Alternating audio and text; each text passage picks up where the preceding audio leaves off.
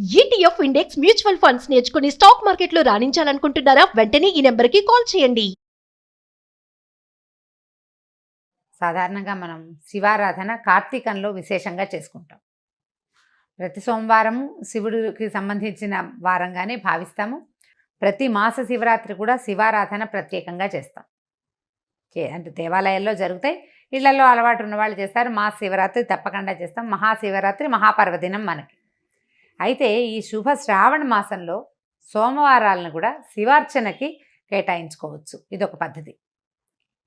శ్రావణ సోమవారాలు మామూలుగా మనం కార్తీకంలో చేసినంత విశేష శివారాధన కాకపోయినా కూడా, శివారాధన సాధారణమైన శివారాధన అయినా కూడా ఈ శ్రావణంలో చేసుకోవచ్చు. 4 సోమవారాల్లోనూ శివార్చన చేయటం, ప్రత్యేకంగా స్వామిని అర్చించుకోవటము, ఏదైనా శివ సంబంధమైన స్తోత్రం కానీ శ్లోకం కానీ నేర్చుకోదలుచుకున్న వాళ్ళు ఈ రోజున మొదలు పెట్టుకోవచ్చు. ఇవాళ మొదలు పెట్టుకుని ఇక్కడి నుంచి క్రమంగా నేర్పించవచ్చు. పిల్లలకు నేర్పించినా కూడా ఇదే పద్ధతి. శ్రావణ సోమవారాలు అత్యంత శుభస్కరమైనవి. ఎందుకంటే శివుడు ఐశ్వర్యకారకుడు అని చెప్తారు, మోక్షకారకుడు కూడా.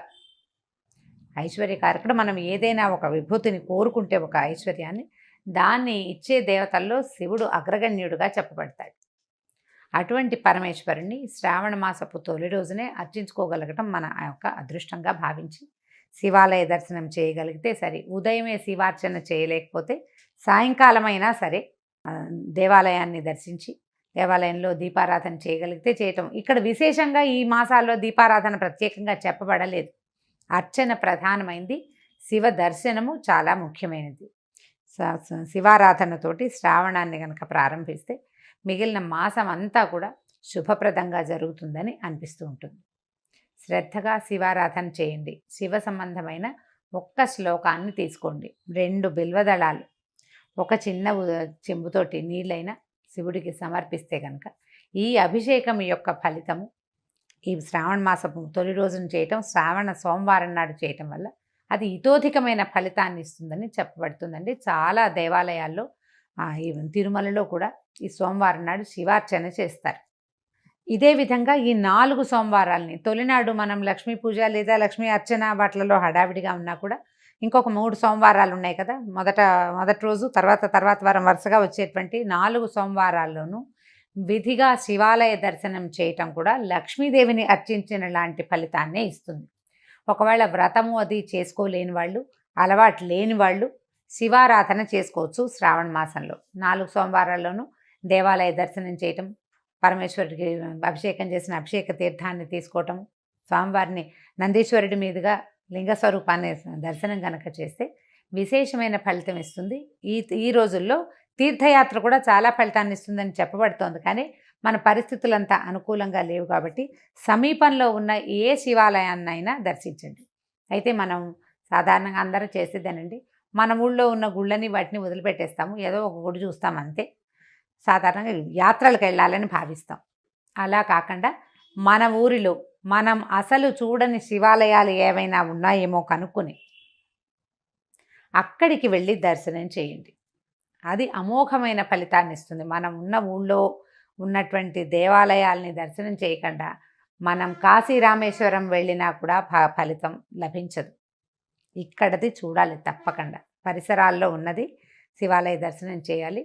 శ్రావణంలో తప్పకుండా ఒక శివాలయ దర్శనాన్నైనా ప్రయత్నం చేసి చూడండి.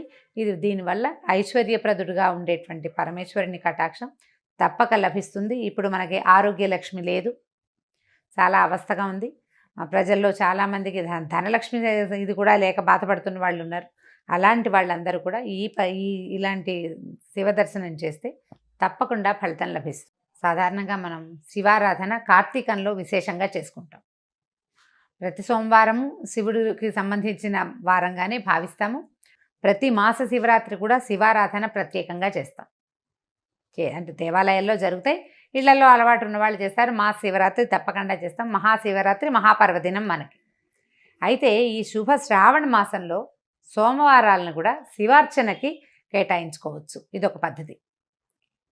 శ్రావణ సోమవారాలు మామూలుగా మనం కార్తీకంలో చేసినంత విశేష శివారాధన కాకపోయినా కూడా, శివారాధన సాధారణమైన శివారాధన అయినా కూడా ఈ శ్రావణంలో చేసుకోవచ్చు. 4 సోమవారాల్లోనూ శివార్చన చేయటం, ప్రత్యేకంగా స్వామిని అర్చించుకోవటము, ఏదైనా శివ సంబంధమైన స్తోత్రం కానీ శ్లోకం కానీ నేర్చుకోదలుచుకున్న వాళ్ళు ఈ రోజున మొదలు పెట్టుకోవచ్చు. ఇవాళ మొదలు పెట్టుకుని ఇక్కడి నుంచి క్రమంగా నేర్పించవచ్చు. పిల్లలకు నేర్పించినా కూడా ఇదే పద్ధతి. శ్రావణ సోమవారాలు అత్యంత శుభస్కరమైనవి. ఎందుకంటే శివుడు ఐశ్వర్యకారకుడు అని చెప్తారు, మోక్షకారకుడు కూడా. ఐశ్వర్యకారకుడు. మనం ఏదైనా ఒక విభూతిని కోరుకుంటే, ఒక ఐశ్వర్యాన్ని, దాన్ని ఇచ్చే దేవతల్లో శివుడు అగ్రగణ్యుడుగా చెప్పబడతాడు. అటువంటి పరమేశ్వరుణ్ణి శ్రావణ మాసపు తొలి రోజునే అర్చించుకోగలగటం మన యొక్క అదృష్టంగా భావించి శివాలయ దర్శనం చేయగలిగితే సరే. ఉదయమే శివార్చన చేయలేకపోతే సాయంకాలమైనా సరే దేవాలయాన్ని దర్శించి దేవాలయంలో దీపారాధన చేయగలిగితే చేయటం. ఇక్కడ విశేషంగా ఈ మాసాల్లో దీపారాధన ప్రత్యేకంగా చెప్పబడలేదు. అర్చన ప్రధానమైంది, శివ దర్శనము చాలా ముఖ్యమైనది. శివారాధనతోటి శ్రావణాన్ని కనుక ప్రారంభిస్తే మిగిలిన మాసం అంతా కూడా శుభప్రదంగా జరుగుతుందని అనిపిస్తూ ఉంటుంది. శ్రద్ధగా శివారాధన చేయండి. శివ సంబంధమైన ఒక్క శ్లోకాన్ని తీసుకోండి, 2 బిల్వదళాలు, ఒక చిన్న చెంబుతోటి నీళ్ళైనా శివుడికి సమర్పిస్తే కనుక ఈ అభిషేకం యొక్క ఫలితము ఈ శ్రావణ మాసపు తొలి రోజున చేయటం, శ్రావణ సోమవారం నాడు చేయటం వల్ల అది ఇతోధికమైన ఫలితాన్ని ఇస్తుందని చెప్పబడుతుందండి. చాలా దేవాలయాల్లో ఈ తిరుమలలో కూడా ఈ సోమవారం నాడు శివార్చన చేస్తారు.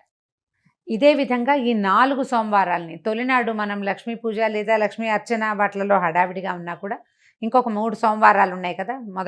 మొదటి రోజు తర్వాత వారం వరుసగా వచ్చేటువంటి 4 సోమవారాల్లోనూ విధిగా శివాలయ దర్శనం చేయటం కూడా లక్ష్మీదేవిని అర్చించిన లాంటి ఫలితాన్నే ఇస్తుంది. ఒకవేళ వ్రతము అది చేసుకోలేని వాళ్ళు, అలవాటు లేని వాళ్ళు శివారాధన చేసుకోవచ్చు. శ్రావణ మాసంలో 4 సోమవారాల్లోనూ దేవాలయ దర్శనం చేయటం, పరమేశ్వరుడికి అభిషేకం చేసిన అభిషేక తీర్థాన్ని తీసుకోవటం, స్వామివారిని నందీశ్వరుడి మీదుగా లింగ స్వరూపాన్ని దర్శనం కనుక చేస్తే విశేషమైన ఫలితం ఇస్తుంది.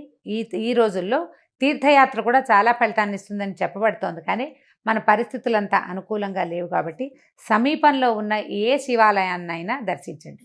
అయితే మనం సాధారణంగా అందరూ చేసేదేనండి, మన ఊళ్ళో ఉన్న గుళ్ళని వాటిని వదిలిపెట్టేస్తాము, ఏదో ఒక గుడి చూస్తాం అంతే. సాధారణంగా యాత్రలకు వెళ్ళాలని భావిస్తాం. అలా కాకుండా మన ఊరిలో మనం అసలు చూడని శివాలయాలు ఏవైనా ఉన్నాయేమో కనుక్కొని అక్కడికి వెళ్ళి దర్శనం చేయండి.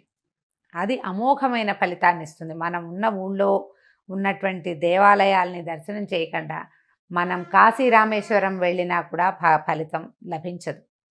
ఇక్కడది చూడాలి తప్పకుండా. పరిసరాల్లో ఉన్నది శివాలయ దర్శనం చేయాలి. శ్రావణంలో తప్పకుండా ఒక శివాలయ దర్శనాన్నైనా ప్రయత్నం చేసి చూడండి. దీనివల్ల ఐశ్వర్యప్రదుడుగా ఉండేటువంటి పరమేశ్వరుని కటాక్షం తప్పక లభిస్తుంది. ఇప్పుడు మనకి ఆరోగ్యలక్ష్మి లేదు, చాలా అవస్థగా ఉంది. ప్రజల్లో చాలామందికి ధనలక్ష్మి ఇది కూడా లేక బాధపడుతున్న వాళ్ళు ఉన్నారు. అలాంటి వాళ్ళందరూ కూడా ఇలాంటి శివ దర్శనం చేస్తే తప్పకుండా ఫలితం లభిస్తుంది.